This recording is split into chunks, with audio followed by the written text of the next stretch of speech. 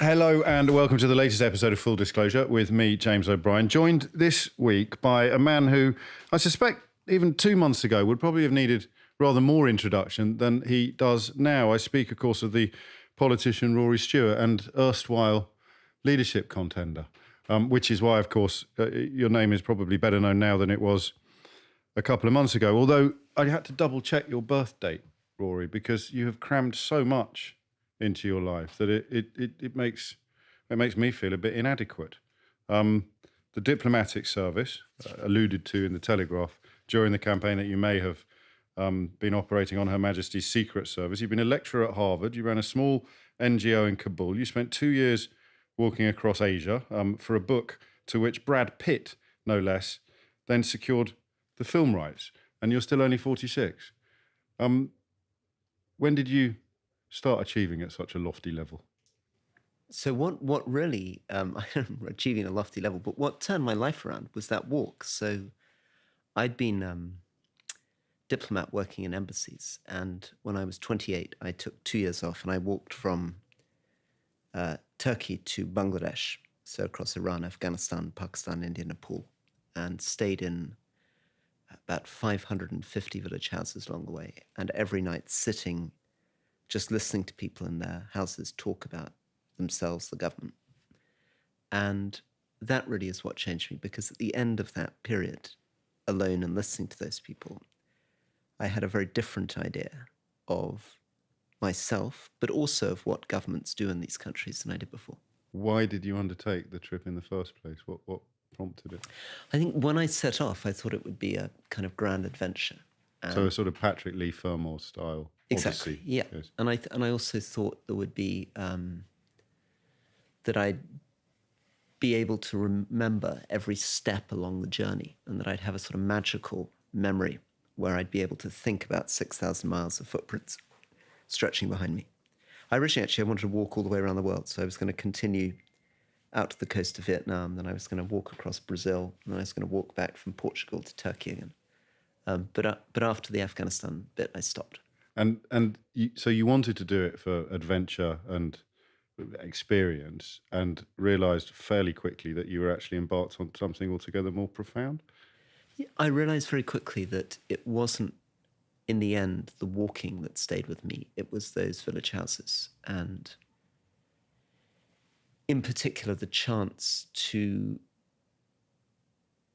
spend time with people who were very different from me. I mean, in Afghanistan, for example, the thing that struck me most was how in a very small village, where women certainly in the village will not have been more than 2 hours walk from the village in their lives, people felt such a sense of kind of confidence, and it didn't kind of worry them that the town that I'd come from 2 days ago was somewhere they'd never been. They felt very kind of dignified and confident about the purpose and meaning of their life without leaving a single valley. And I'd always grown up thinking that, I had to race around the world and see all these different things and do all these different things.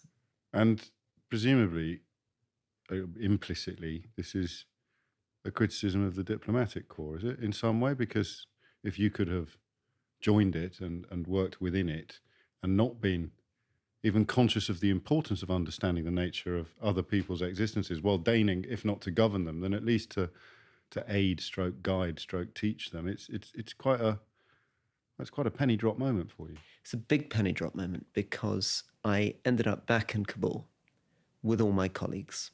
And I remember it very clearly, because sitting on the stage was President Karzai and, for some reason, Bianca Jagger, who was then the UN envoy.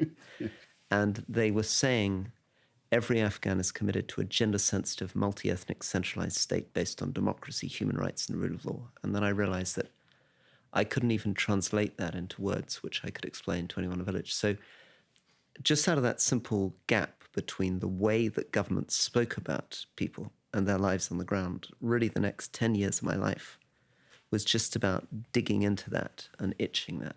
And this, of course, puts a slightly different complexion on your decision to go walk about in the UK after announcing your candidacy for the Conservative leadership. Was it a similar impulse? You feel again, a massive disconnect between the governing class, or just the governors and the governed.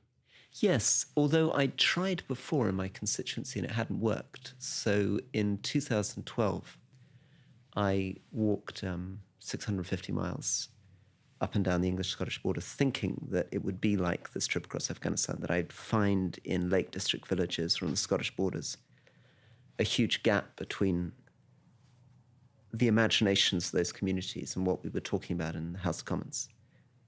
And actually, I didn't find that at all.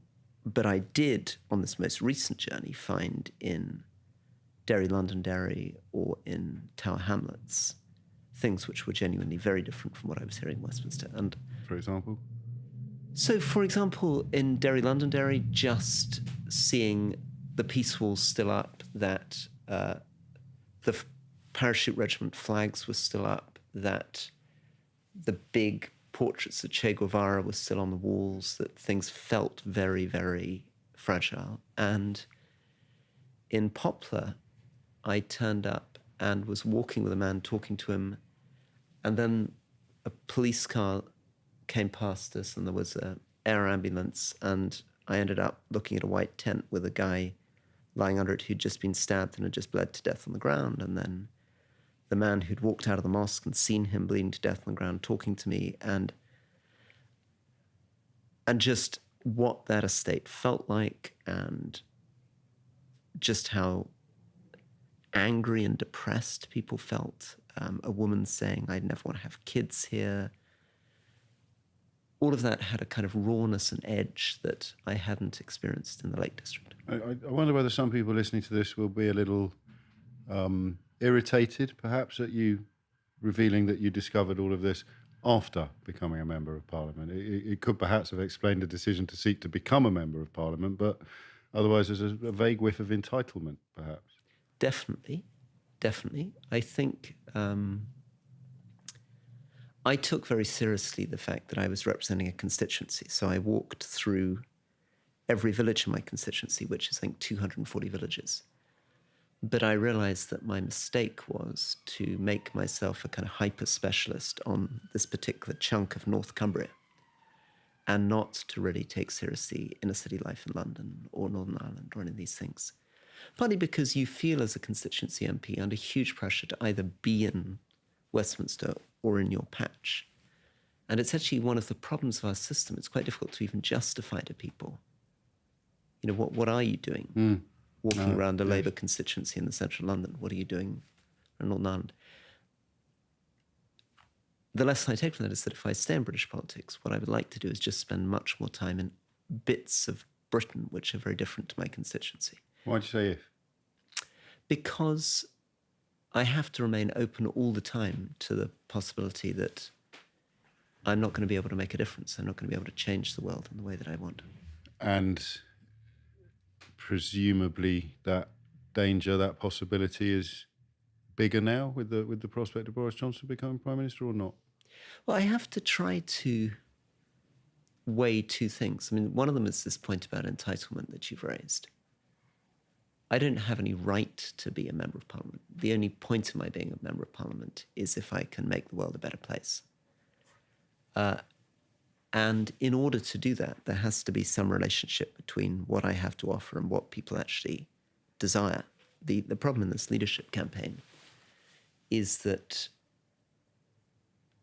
I felt that what I was offering, which was a particular idea of a centre ground in politics, an alternative to Jeremy Corbyn on the one hand and Boris Johnson on the other, was something that mattered to people. But looking back on it, it mattered to some people, but it may not have mattered to enough of people. In other words, public opinion, which was probably like a bell jar shape, is now more like a U shape, where all the votes are on the extremes and there are very few votes left in the centre. I wonder whether you'll still think that in a few months, because the dust has barely settled, and your bid for the centre ground was hindered slightly by the fact that you're a Conservative, so you're going to struggle to bring across traditional Labour supporters, although there's some very odd bedfellows at the moment in the context of the Brexit debate. And I know that when you came on my radio show, which was quite an early I think you were the first Conservative to ask to come on to my radio show, but it was quite an early salvo, wasn't it? In the kind of the rise of Rory Stewart, a lot of people were very unhappy with your voting record on social issues. So there's two things you said there: the desire to make the world a better place, and the desire to cover the centre ground. Votes on things like what was known as the bedroom tax, on welfare issues, on cuts in spending on welfare benefits. Those were things people brought to my attention as things I should have given you a harder time about, although we weren't talking about those. Sure. And actually that's a very striking new phenomenon in politics. So these are votes which are brought by the opposition through opposition day debates, in which they will choose once a week a motion which will say this House condemns the government's bedroom tax, or this House rejects austerity. And then what happens is that we then vote, opposition against government, and then you suddenly end up in a situation where 3 years later you're told you voted for austerity, you voted for the bedroom tax, you voted against disability, you voted against equality. Oh, I see. But these are framed. I mean, these are not legislation. These are motions deliberately framed by the opposition in order to create that narrative. So at the end of 3 years, you can say, look at his voting record. Whereas, in fact, what's happened is that all you've found there is that I'm a Conservative MP, so I'm supporting the government's budget, or I'm supporting the government's manifesto, or I'm You sound a bit bruised by that, or at least surprised.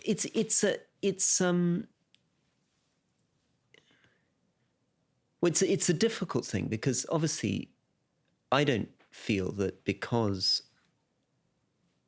Jeremy Corbyn's produced a motion on an opposition day debate saying we condemn the government's policy on disability and I voted for the government, that means that I hate disabled people.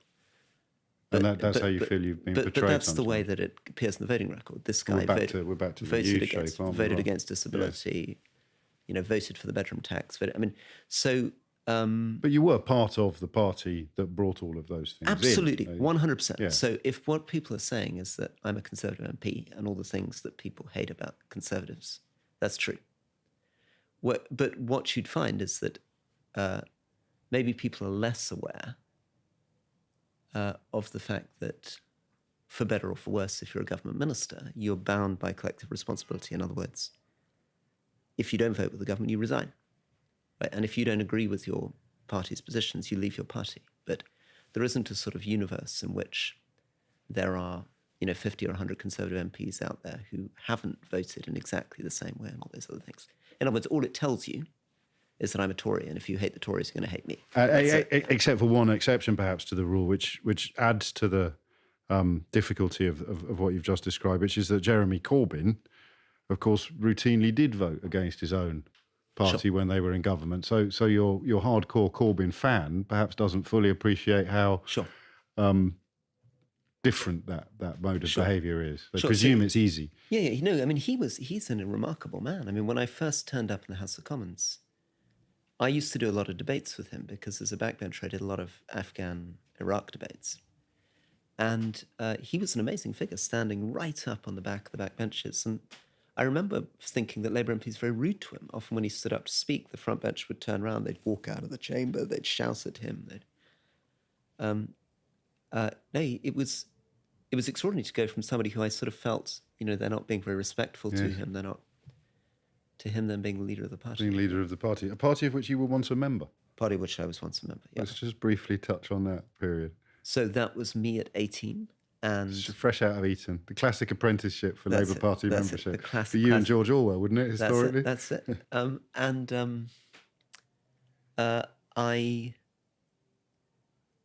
I guess I felt much more comfortable with the way that they saw the world. And I think what really put me off the Labour Party was the Iraq War. I mean, it was a sense that for all the strengths of what Blair was trying to do, there was something very strangely centralizing and abstract and ideological. So I sort of associated him with all this stuff about gender-sensitive, multi-ethnic, centralized state. Sort of a very jargon-heavy agenda, which didn't feel to me to be real about local reality, about trusting people, and in Afghanistan, just not realistic about giving space to traditional communities. And yet again, people listening will be slightly surprised to hear you cast the Conservative Party as somehow the opposite or an alternative to that worldview, won't they? So the Conservative Party has a lot of that. I think, though, there are other things about my personality which make me a conservative. I enjoy history, tradition.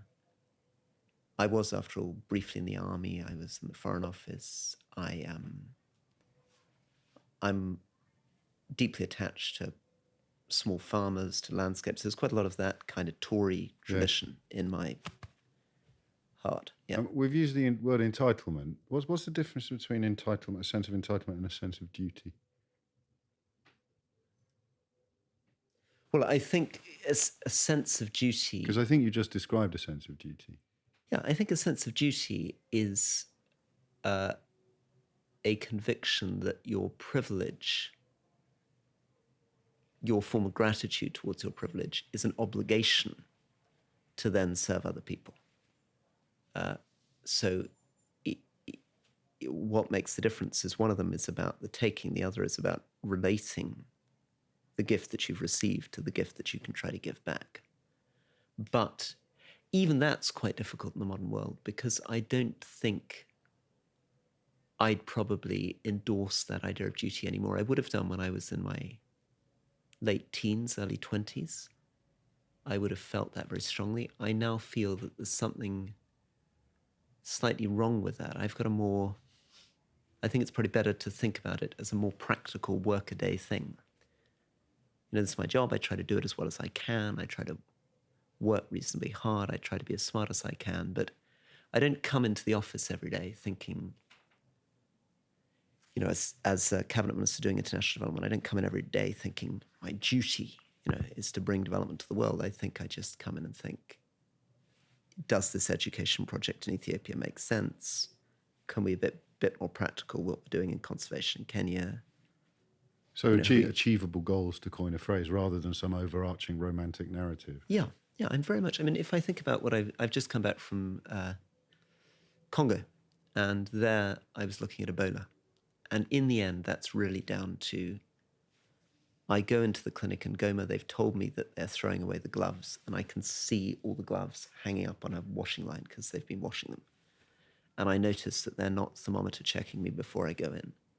Again, as the prisons minister, what really made the difference was fixing broken windows, picking up garbage,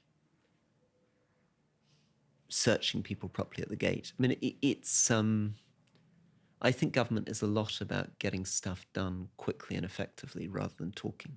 When do you think that thought took root? When do you think, was it when you reached ministerial level, or was it before that? I think it really, I think it's something that when I was running a charity in Afghanistan, I felt very strongly, because I would go to a lot of conversations with people who would talk. You know, they would say the thing that's wrong with Afghanistan is corruption or governance or economic development. Yeah, I get it. And I'd think, no, wait a sec, I've got 300 people and I want to get the drainage in. Yeah. And the same was true in prisons. I arrived in prisons and all the conversation is, you know, what is the purpose of a prison? You know, what is a prison? And I was thinking, no, the question is, why are all these windows broken? Why can people stick their hands out the window and take drugs off a drone? Why is this X-ray scanner broken? Why does this look disgusting? Why has nobody got a checklist on how to inspect a cell? Are you sounding more like a civil servant than a politician at the moment? It's a type of civil servant. Yes, of course. Not all of them. A type of civil servant. I mean, in the prison context, I actually probably felt more in common with a sort of working prison officer than with a civil servant. I mean, they were the guys who, when I said, what we're going to do here is fix the windows, would get excited. They'd be like, oh, thank goodness, somebody actually wants to talk about rehabilitation or the importance of deterrence. Yeah, exactly. You were going to make a difference to their day-to-day lives. Yeah, my basic sense was, the fundamental question is, would I want to be in that prison cell? Would I put my brother in that prison? And it was not much more complicated than just, this is disgusting. I'd be embarrassed to bring someone from another country and show them this. We can do better than this. And I think it's the same in international development. Is this clinic in Nigeria any good? Is this school any good? But briefly, I don't want to dwell on it. You touched on what you think conservatism involves. How do you process the fact that for many people, cynicism, opposition to foreign aid, full stop, is perceived as a right-wing position? It's perceived as a big C conservative. There were people running against you for the leadership in the early days who were boasting about their determination to abolish all of it. Well, I think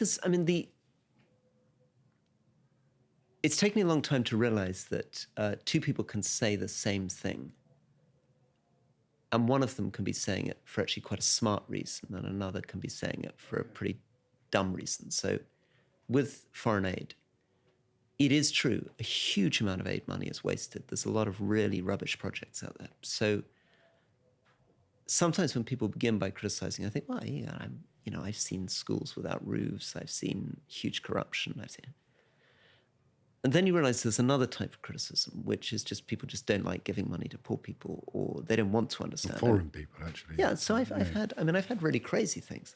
I was just in northern Kenya with a woman who was living on less than $1 a day, kind of skeletally thin, in a hut where her only possessions were 3 tin mugs and a blanket. I did a small film with her saying that we were providing some support, which was related food for her and her kid. And immediately got somebody replying on Twitter saying, "What are you doing giving our taxpayers money to this?" And I thought, okay, this is different from what I'm expecting. This is not. I can understand why people get angry about the corruption and the misspending, but here was something that for you was pure need. Yeah. That I find much more difficult to understand. You haven't answered my question about how you process the fact that attitude would be widely perceived as right-wing. I have to challenge that. I have to accept that there are a lot of Tories who are wrong about the world, but there are also a lot of Labour voters who don't think things through properly and have a lot of prejudices and a lot of anger. So I think, and actually a lot of people also that I agree with that have a lot of prejudices and anger. Even in the centre ground, which is my kind of where I want to be, there are people who I agree with on 95% of things, and then suddenly they'll say something and I'll be like, "Ooh, that's kind of unpleasant. That's a sort of weird way of looking at the world." But it doesn't discount the 95% of things that you agree with them. That's the zeitgeist, isn't it? It's to think unless you're in 100% agreement on everything, then you're enemies, almost. Or that you're. Yeah. And if I think about no deal Brexit, I was talking to a farmer in my constituency, and it suddenly turned out that he didn't understand anything about the tariff barriers with Europe. He was exporting his sheep. And when I said no deal Brexit's going to be a catastrophe, he said, well, it'll be all right. Now, the temptation is to think that as a result, you can kind of discount everything else he has to say. But if you were actually to talk to him about things he really cares about, really knows about, sheep, his own land, that place, his job as a farmer, he would suddenly become interesting, wise, funny, ironic, unexpected. He'd be noticing things that I'd never notice. It's partly about what people are used to. So I don't think the question of somebody's attitude towards giving money to a very poor person is anything more than them not having actually gone through the process of thinking or spending time with that person. Just as I think the change in our attitude towards homosexuality in Britain is largely driven by the fact that as people have friends who are gay, then their entire attitude to the thing changes.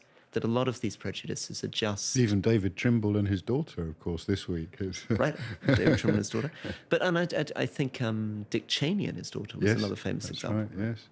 So you're retaining your faith in humanity, in human nature, and in the importance of thinking at a time in British politics when arguably all three are under fairly grave, if not existential threats. Certainly thinking deeply about issues seems to be the opposite of what propels people to the highest echelons of politics on both sides of the House of Commons.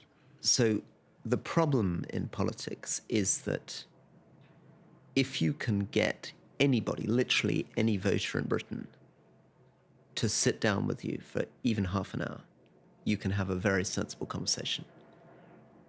My mind can be changed, their mind can be changed. But in modern democratic politics, you're having to speak to millions of people. So I found that I was being completely misled because I'd go around talking at conservative associations around the country where there would be 200-300 people in a room, and I could convince them, I felt quite easily, that a no-deal Brexit was a bad idea, and I'd then conclude, well, this is fine. But as soon as the thing was then amplified up to, I'm addressing 130,000 people, Yes. all the things, I mean, my catastrophic debate where I lost... Oh, you said that before we started filming. I didn't think it went that badly, but you clearly feel that was a massive... Yeah, and I think that finished me. And This was the BBC debate Yeah. when some attention was drawn to your posture on the stool. Yeah. But nobody had a good night that night, did they? No, but I needed to have an exceptional night. I mean, I was Yes. the kind of underdog. The outlier. Yeah. I needed to keep performing. And what happened there is, suddenly for the first time, I realized that things that I took for granted, all these other 5 people completely, or 4 people totally disagreed with, and I was in a minority. So, for example, As in the idiocy of a no-deal Brexit. yeah, so I would say no deal Brexit is catastrophic. 4 people then sort of attack me. I say, But do you think they were telling the truth? You may not want to answer this question. I mean, certainly all 4 of them are unlikely to be in full agreement with each other in their private moments on what's going on. Because in a way, you might be describing a sort of pragmatic cynicism on the part of some of the other contenders who must know because they've read the government, and I mean, some of them have got more senior government positions than you that have read more of the impact assessment. Sure. So something quite odd happened on that stage that night, in that you found yourself pointing out the nudity of the emperor, and 4 very senior politicians were insisting that he was still wearing beautiful robes. Is that a fair analogy? Yes, and I felt the same on tax and spending. So I felt, somebody said, what tax cuts would you offer? One of the guys, right? And I said, well, I think it's the time to cut taxes, right? In fact, we should be spending more on public services, not cutting taxes. And suddenly, 4 other people are attacking me on this again. Had a shopping list. Yeah. But as practical politicians, they would probably say to me in private moments, Rory, don't try to pose as the kind of realist here. We're the realists. We know that the only way that we're going to be able to change the world is to get elected, and you lost. You didn't make it through.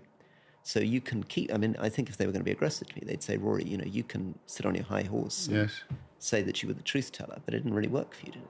I don't know you well enough. I've only met you once before, and I know that you've had several red-eye flights in the last 10 days, but you seem quite deflated, and you refer repeatedly to that debate and to a burgeoning sense, perhaps, that politics isn't going to provide you with the best available path to make the world a better place. Am I reading too much into this? Well, I'm certainly gone through a lot of red-eye flights. I'm never sure interviewing me when I'm haven't had any sleep is the way to go.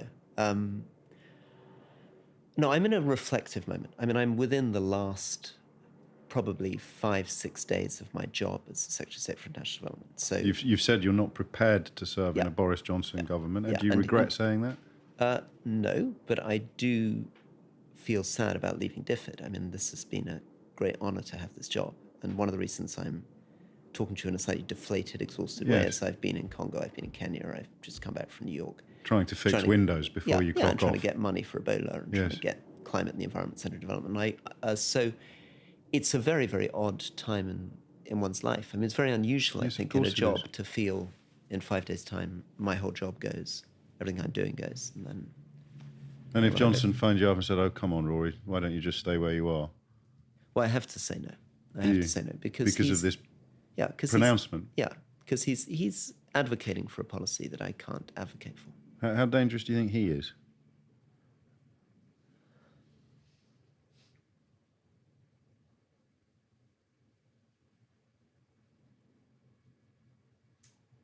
I think he's just... I think the danger is the lack of detail, the lack of anything particular. It's the sort of vagueness, the abstraction, the blandness of it that worries me. I literally don't know what happens on the 31st of October or the 1st of November. I can't plot his path. My mind works by trying to sort of do a little decision tree and Yes. think, I don't see how he gets no deal through Parliament. I don't see how he can deliver something that can simultaneously please Amber Rudd and Marc Francois. I don't get it. So, I mean, he's not dangerous in the sense that he's some kind of 1930s figure. It's just that I just don't get him. I mean, he's just not my kind of person. I don't understand how this works. Yeah. When did you decide you wanted to go into politics? I think something like July, August 2009. Oh, really? That soon before it happened? Yeah. I wasn't a member of the Conservative Party before that. No, I noticed that. Yeah. And where did that come from? Because it was So what had the happened- financial crisis had happened, or Yeah, what was it that focused the mind? What had happened is the expenses scandal had happened. Yes. And Cameron said he was looking for people who hadn't been involved in politics before to come forward as politicians. I read this in the newspaper over breakfast. I said to my friend, do you think I should have a go? She said, that's a very stupid idea. So then I applied, and yeah. That was, I noticed what Ian Birrell said, who was very close to David Cameron, his speechwriter for that 2010 campaign. He said, you're that rare beast in the Westminster bear pit, someone of deep substance, a grown-up who has wandered into the noisy kindergarten of Brexit-infected politics. And I think people who've listened to the last half an hour or so of this conversation will find that quote has assumed a new resonance as well, because when Birrell said that, the bear pit was arguably not anywhere near as ugly as it is currently. I mean, are we looking at a... And I'm like you, Rory. I like to see where things go, and I presume that if you stare at something for long enough, eventually it will begin to make sense. And I suspect that no-deal Brexit leaves us both almost bereft at the absence of that ability to understand it. Mm-hmm. You mentioned the sheep farmer in your constituency. It's been announced today, and Steve Barker declined to deny it, that there are contingency plans in place at DEFRA to slaughter and bury 9 million sheep. How close to the flames do you think the population's fingers need to get before they realise that they're burning? Well, I think that, unfortunately, that people have convinced themselves that no-deal Brexit will be fine. So even with the sheep farmer who's telling me he's exporting 90% of his sheep to Europe, and I'm saying, but you're going to meet 40-60% tariff barriers and you're going to be importing sheep tariff-free from New Zealand and you're finished, right? He will be like, oh, it'll be fine. Still. It'll be fine. And so... But it won't. But it won't be fine. I mean, what we will find is three things. We'll find certain industries, so the motor industry, aeronautical industry, farming, going. And that's real people, real families. So what I try to explain to people when they say, well, it's just farming, it's not a big bit of our economy, is that in my constituency, that is literally farm after farm after farm. Secondly, that everybody is going to face a squeeze. Inflation, household incomes will be squeezed, interest rates go up, but perhaps more fundamentally, all the stuff of confidence and investment will dry up. So then the question is, what then happens? Who gets blamed? You know, do nationalists try to say this is the fault of the Europeans? Or do people say, as I imagine many people attempt to do, this is the fault of the Conservative Party?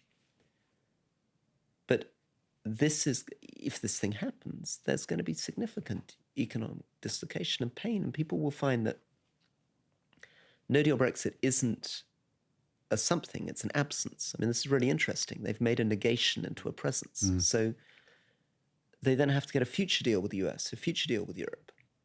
And you're stuck in this sort of zombie land for years where you're suddenly being disappointed by everybody. Trump's letting you down, Europe's letting you down. Or exploiting you, taking advantage of your vulnerability. This is where your disillusion comes from then at the moment, because you can forgive or even empathise, completely understand the sheep farmer who is clinging to hope over evidence, but you can't understand why prominent politicians in your own party are doing that.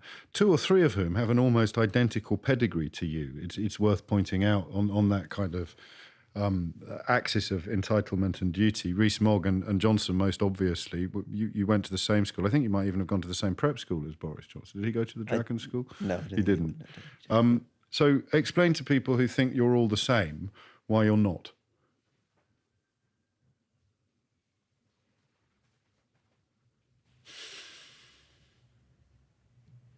I think the big difference is partly our personalities background. So my father was a soldier who fought Normandy beaches at D-Day, spent 50 years of his life serving his country in different bits of Asia. And I started as a young soldier at 18, and then I spent my time in Iraq and the Balkans and Indonesia and Afghanistan. My sense, whereas Boris was a journalist and was always going to be a journalist, and Jacob is a banker. These are different views of what life is about. So I've come to politics really as somebody who was in different forms of public service all my life. And that's probably, were I to leave politics, what I would return to. And then again, we're dancing around that word duty, aren't we? I understand why you focused on things you can achieve today as being what gets you out of bed in the morning as a politician. But still, when you answer that question, there is a sense of service to the country that you're describing, and you're far too diplomatic in every sense of the word to suggest that some of your colleagues perhaps lack that sense of service to the country. And I don't want to push you on that. I want to ask whether or not, and again, this might be down to the jet lag, whether or not you feel you've failed the United Kingdom a bit in the last few months. Well, I definitely felt that I'd let people down in that second debate, because I did feel that for a moment we were really getting somewhere, that we were really getting a movement for the centre ground. For a brief moment, I was out-polling Boris, and massively out-polling with 18 to 45-year-olds, with London, with Scotland. I had people literally crossing the road giving me £5 for the campaign. I had, 2.2 million people watching videos I was pushing out. And I was 4 votes behind Michael Gove. And I was, so I was very close to getting into the last 2. If I'd been in the last 2 against Boris, I think I had a chance. Because I would have done it in a very different way. I would have been out, not in Westminster, out, really getting a popular movement up. So at that moment of maximum test, sitting there in that BBC studio, I just couldn't work out what to do. I felt I'd been sort of training for a sport, and suddenly I was up against somebody who's playing in a totally different way. I didn't understand what... And everything that I'd been able to do in the Channel 4 debate a couple of days earlier, I could no longer do. Just couldn't work out what my moves were. So all of your strengths suddenly became weaknesses. Yeah. And so I sort of feel like a general who kind of lost a key battle and is just thinking through in his head again and again and again. What are the lessons here? What do I learn? How would I do this again? And yes, I let people down, because that was my chance to stop a no-deal Brexit. I mean, when you're asking me why I'm feeling a bit deflated, that's really why I was running for leadership.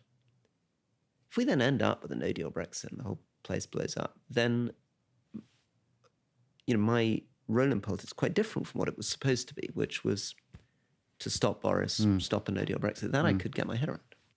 So you'd be almost without a brief moving forward in the short term, which brings us back to that if I stay in politics, and suddenly your use of that word becomes a lot clearer. So the reason I would stay in politics is to re-energize this sense of the centre ground, to try to get back to what I felt before that debate, to get back to my instinct that the people that still, even on my way to see you, are stopping me in Leicester Square, coming up, want somebody to represent them. And who are they? They're very varied. I mean, they will be people who basically are put off by the extremes, but who don't want a complacent centre. That's what I think. The key thing is that what went wrong with the centre ground is it became complacent. It sounded like it was just a sort of justification of injustice or the status quo. The centre ground, if it's going to have an energy, has to start with a sense of shame. It's got to start with a sense of this is not good enough. This needs to be changed.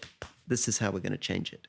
It doesn't need to create fairy stories about no-deal Brexit or some Corbyn Venezuelan vision.